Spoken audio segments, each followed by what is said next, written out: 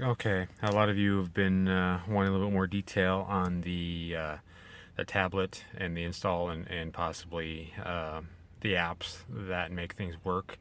So I'm going to give you a preview of that right now. Okay, so we've got a Samsung Tab 4 Android tablet in the dash. It's custom install, of course, using the factory navigation bezel, which has been extended downward on both sides, and this notch cut in it for the tab 4 buttons.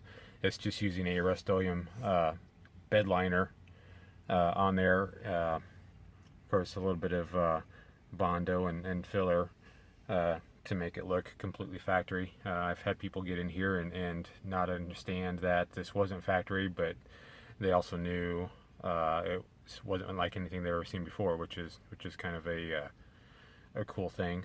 So anyway, we'll go over. We'll turn the key on here.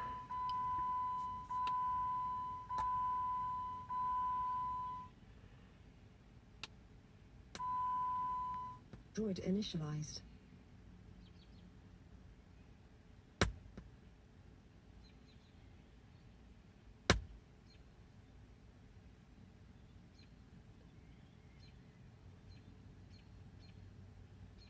Phone connected. Okay, so what happened there is I use Automagic Premium to set up basically macros or flows that turn the tablet on, turn on Wi-Fi, Bluetooth, LTE. It automatically connects to my phone, and when it does that, you'll hear the phone connected prompt.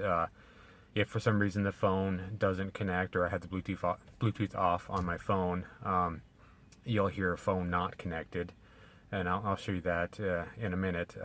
One of the goals was this setup was to have it as automatic as possible.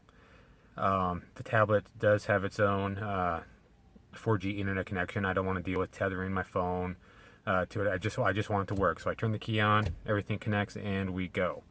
So if we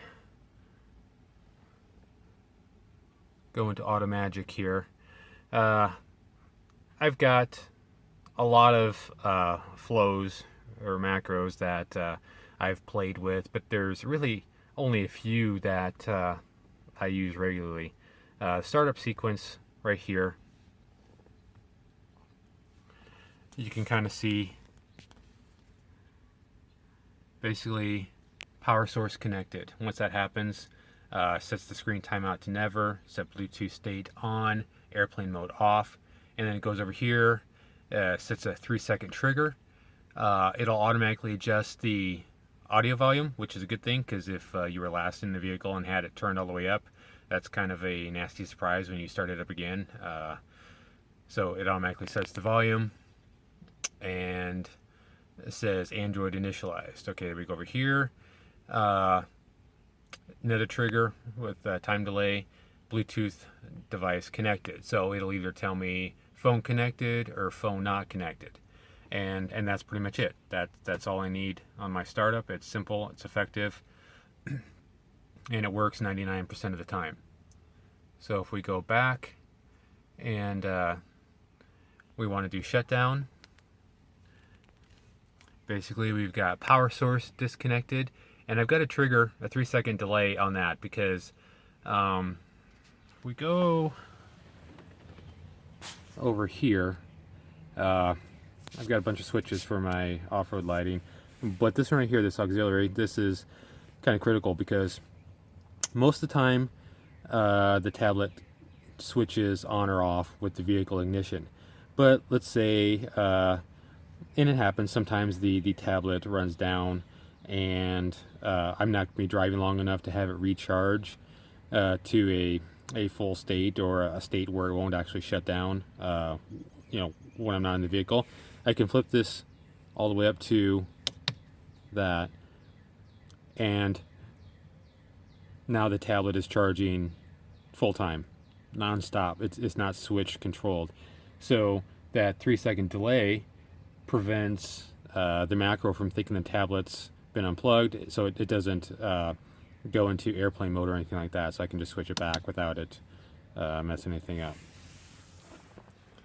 Okay, so we go back over here. We have the trigger, and it'll check again. Power source disconnected. So if 3 seconds go by and the power source is disconnected for both times, it knows that okay, you truly shut the vehicle down, and then it'll set the screen timeout to 15 seconds, which means it'll kill the screen. It'll be off. If any music's playing, it'll pause it or stop it.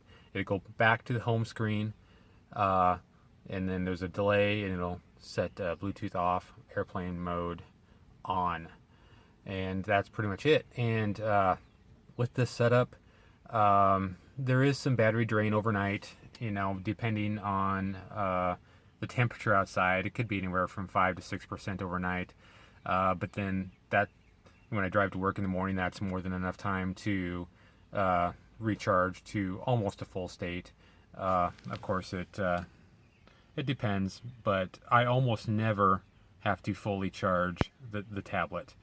It just doesn't happen. Maybe once every several months, I'll actually have to flip that switch and do a full charge. The only other flow I'm using on here, which don't look like it's focused, is a battery low shutdown. So if we get to 15%, it'll automatically shut down the tablet. That way it doesn't run it down to nothing.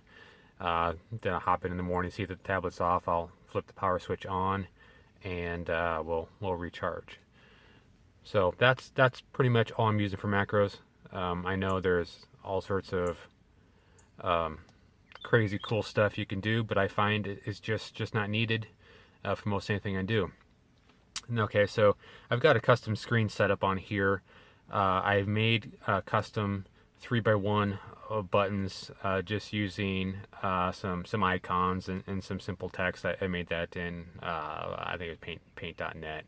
It doesn't need to be anything fancy, but I'm using of course, where is it? Oh yeah, sorry. Desktop visualizer. That's what allows me to place the icons on the screen. So basically, desktop visualizer for the icons, using Nova Launcher to change my rows and columns. I've got a few custom music widgets that I can use right here, but I find that I use Google Play more than anything, so that's pretty much my default at this point. And then beautiful widgets display there, or widget there for the temperature and time. One thing that the tablet also does is it uses the front camera, because it doesn't have a separate sensor for light level, so it uses the camera. And I'm using Lux Dash to set the screen brightness, and that's pretty critical because you hop in your vehicle at night. You don't want that bright screen shining back in your face. So it automatically, when the tablet turns on, it automatically adjusts screen brightness compared to some presets that I have set up. So that's pretty much automatic as well. Now, if for some reason I'm driving, I start out light and it gets dark as I'm driving, I need to adjust, I can just long press the home button, and see, there we go. It'll auto adjust the screen brightness, on a per individual basis, so to speak. As far as what I'm using for apps, just pretty straightforward stuff. Google Maps, Yelp, Navigator. That's actually Backcountry Navigator for when I'm off-road. Dash Command. A lot of people like Torque. They're similar but have different functions. Got Scanner, local radio here, podcasts, Google Play Music. Nothing too crazy.